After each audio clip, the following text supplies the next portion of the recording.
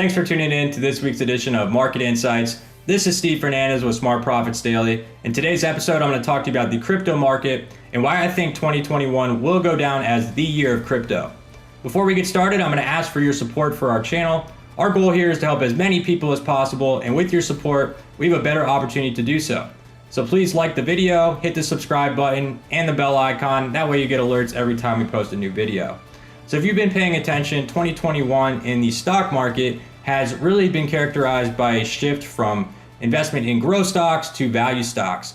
What we're seeing is investors are more interested in companies that pay dividends and or have more certainty in the cash flows or the income that they're going to generate now and in the future. Ironically, cryptos have done great during this time frame, and they actually fit more of the description of your growth stock per se. There's less certainty as to what the crypto markets are going to look like in the future, and some of them and most of them don't generate any sort of income. So the fact that cryptos have done so well in this environment, it really is a testament to where the crypto market is heading in that stage that it's in its cycle. Now you can see in this chart that the Bitwise 100 index is drastically outperforming the Russell 3000 index. So basically the top 100 cryptos are outperforming the top 3,000 US stocks by a factor of 15 to 1. I even included gold so you could see that gold really has done nothing and it's even lost value during this year. Now, why is this happening? The obvious and cliche answer is adoption. Now, the reason why I say that is because it explains demand, but it's important to understand that this adoption is more widespread than it was in, say, the last bull market in 2017. In this case, the adoption is three-tiered. Institutional investors, corporations, and retail investors are all interested in buying cryptocurrencies. Now, with institutional investors, they've really come around full circle. You had those Wall Street banks and major figures talking about how cryptocurrencies would go to zero or to avoid them at all costs. And now you have some of those same institutional investors trying to buy into cryptocurrencies. Pretty ironic, but I guess that's how it's working out.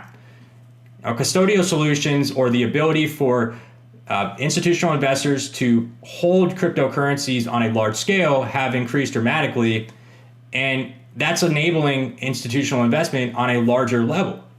Also, risk management protocols, so derivatives like futures contracts or other more complex derivatives exist now where institutional investors can better manage their risk, which allows them to invest more money in the crypto space. And even more visibility in the public markets is helping drive institutional investment. We're seeing Coinbase go public last week, and at one point it reached over $100 billion during the day in terms of its valuation. Just shows you where we're at in terms of institutional investment, and this isn't slowing down. Now, corporations as well, we're now seeing corporations allocate some of their corporate treasury or the money that they keep on the side into Bitcoin and cryptocurrencies.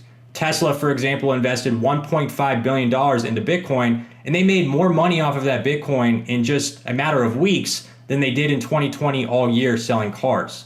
Pretty dramatic when you think about it.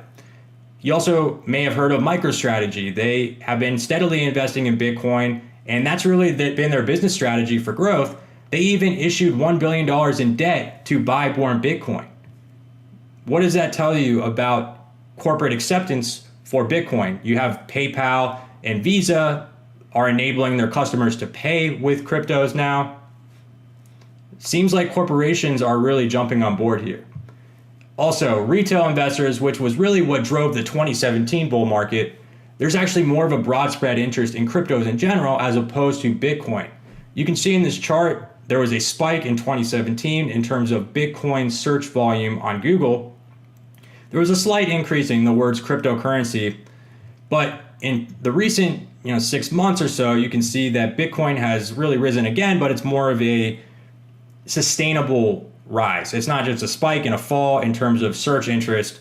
And we're also seeing more of a steady and more dramatic surge in cryptocurrency related searches. Now that tells you that investors are more interested in the crypto markets and not just Bitcoin. To me, this suggests that the crypto bull market that we're seeing now will likely be more sustainable and potentially more prolonged than what we saw in, say, 2017, early 2018.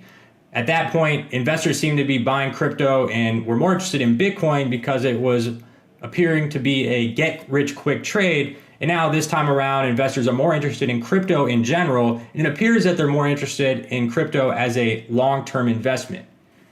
Now, I'm not saying there's not going to be volatility along the way. There's definitely going to be pullbacks, and you should expect that in the crypto market, in any market for that matter. But at the end of the day, when you look back at 2021 and the strength of the crypto markets and what they did in relation to other markets around the world, I think it's going to go down as the year of crypto. Now, that's going to conclude today's edition of Market Insights. I hope you enjoyed it. If you did, please like the content and subscribe. And thanks for watching.